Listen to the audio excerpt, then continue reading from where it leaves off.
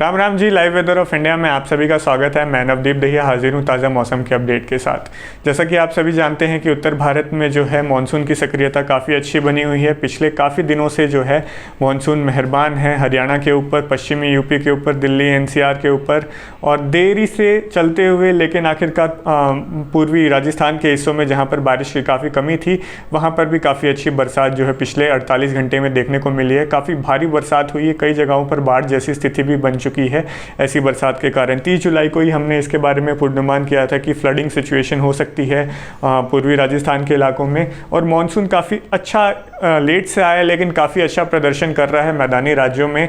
तो जैसे कि आप जानते हैं कि हरियाणा में जो एक्सेस है रेनफॉल का वो सामान्य से 47% ज़्यादा है, मतलब सामान्य से 47% ज़्यादा बारिश हो चुकी है, जिसमें से जून में तकरीबन बहुत ज़्यादा बरसात नहीं थी। तकरीबन बारिश जुलाई के महीने में गिरी है। और आज भी सुबह दिल्ली एनसीआर के हिस्सों में जो बरसात हुई और पूर्वी हरियाणा में काफ़ी अच्छी बारिश देखने को मिली है। और बाद में दोपहर तक कुछ बादल जो हैं केंद्रीय और पश्चिमी हरियाणा तक भी चले गए।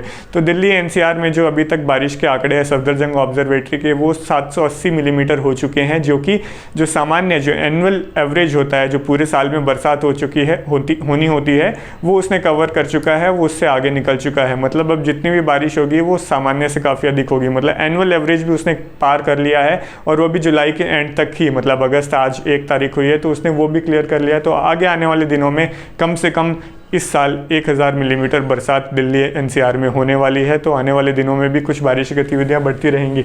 और साथ में राजस्थान के हिस्सों में भी काफ़ी अच्छी बारिश देखने को मिली है। पूर्वी राजस्थान, केंद्रीय राजस्थान और कुछ उत्तरी राजस्थान के हिस्सों में पिछले 24 घंटे के दौरान, जिसके कारण बाढ़ जैसी स्थिति भी हमें देखने को मिल रही है। मकराना नागौर में सबसे ज़्यादा बारिश 240 मिलीमीटर देखने को मिली थी। वही देवपुर, सवाई माधोपुर में जो है वहाँ पर 210 मिलीमीटर बारिश देखने को मिली थी। ये कुछ एक्सट्रीमली हैवी रेनफॉल स्पेल्स जो थे उसका आंकड़ा है। अजमेर में 137 मिलीमीटर और जयपुर जो सिटी ऑब्जर्वेटरी है वहाँ पर 62 मिलीमीटर 62 mm बारिश देखने को मिली है। तो कुल मिला के heavy to very heavy rainfall, भारी से बहुत भारी बारिश के जो आंकड़े हैं वो पूर्वी और केंद्रीय राजस्थान के हिस्सों से प्राप्त हुए हैं। और कुछ एक जगहों पर एक्सट्रीमली हैवी, मतलब अति भारी से भीषण बारिश भी हमें जो है देखने को मिली है, जिसके कारण जो है काफ़ी जल भराव की स्थिति, पानी बहना, नदियों का मतलब जो कैनाल होती हैं वहाँ से पानी बहना, तो ज़्यादा ऐसी इस तरीके की एक्टिविटीज़ पिछले 24 घंटे में देखने को मिली। आगे का क्या पूर्वानुमान है? इस समय लो प्रेशर एरिया जो है दक्षिण उत्तर प्रदेश के ऊपर मौजूद है। एक लो प्रेशर एरिया उत्तरी पूर्वी राजस्थान था वहाँ पर मौजूद था, अब लेकिन वो निष्प्रभावी हो चुका है और ट्रफ के साथ मिल चुका है। सिमिलरली इसके साथ होगा, ये पश्चिम में आगे बढ़ेगा अलोंग द ट्रफ और धीरे धीरे कमजोर पड़ता हुआ अलोंग द एक्सिस बन चुका होगा, जो कि अगले 2 से 3 दिनों में along the axis as a cyclonic circulation मौजूद रहेगा।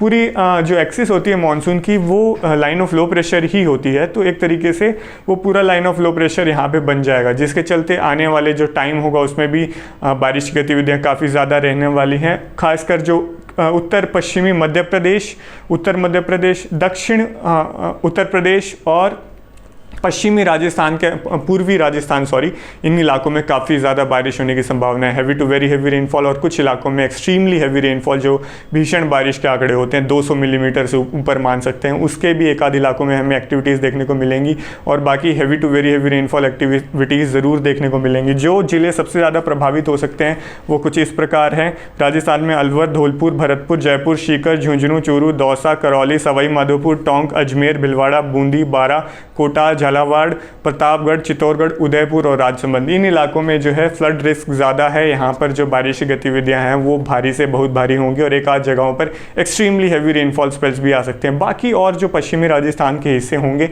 वहाँ पर जैसे कि चूरू, हनुमानगढ़, श्रीगंगानगर और नागौर, इधर पाली, जोधपुर, जैसलमेर और बाड़मेर तक भी, और सिरोही के जो इलाके होंगे वहाँ पर कुछ स्प्रेडेड बारिश होगी, हल्की से मध्यम और कुछ तेज़ बारिश के झोंके देखने को अगले 2 से 3 दिनों में मिल सकते हैं। मध्य प्रदेश में जो है आज रात से बारिश गतिविधियां बढ़ेगी। जो उत्तरी और उत्तर पश्चिमी मध्य प्रदेश है वहाँ पर आज रात और अगले 2 से 3 दिन जो है काफ़ी अति भारी वर्षा होने की संभावना है। सिमिलरली एक्सट्रीमली हैवी रेनफॉल और के इवेंट कहीं कहीं देखने को मिलेंगे। सबसे ज़्यादा जो चांसेस है जहाँ पर बाढ़ जैसी स्थिति, काफ़ी ज़्यादा बारिश हो सकती है, वो है टीकमगढ़, छतरपुर, दमोह, सागर, विदिशा, अशोकनगर, गुना, भोपाल, राजगढ़, इवन इंदौर तक, गुना, भोपाल, राजगढ़, शाजापुर, शिवपुरी, श्योपुर, मुरैना, ग्वालियर, भिंड और दतिया, ये जो इलाके हैं यहाँ पर काफ़ी ज़्यादा प्रभावित हो सकते हैं। और साथ में जो दक्षिण और दक्षिण पश्चिमी उत्तर प्रदेश के इलाके हैं वहाँ पर ललितपुर, झांसी, महोबा, हमीरपुर, बांदा, इटावा, औरिया, जलौन, मैनपुरी, फिरोज़ाबाद, एटा और जो आगरा के इलाके हैं यहाँ पे भी बारिश की गतिविधियाँ भारी से बहुत भारी हो सकती हैं। आज रात से और कल के बीच में जो है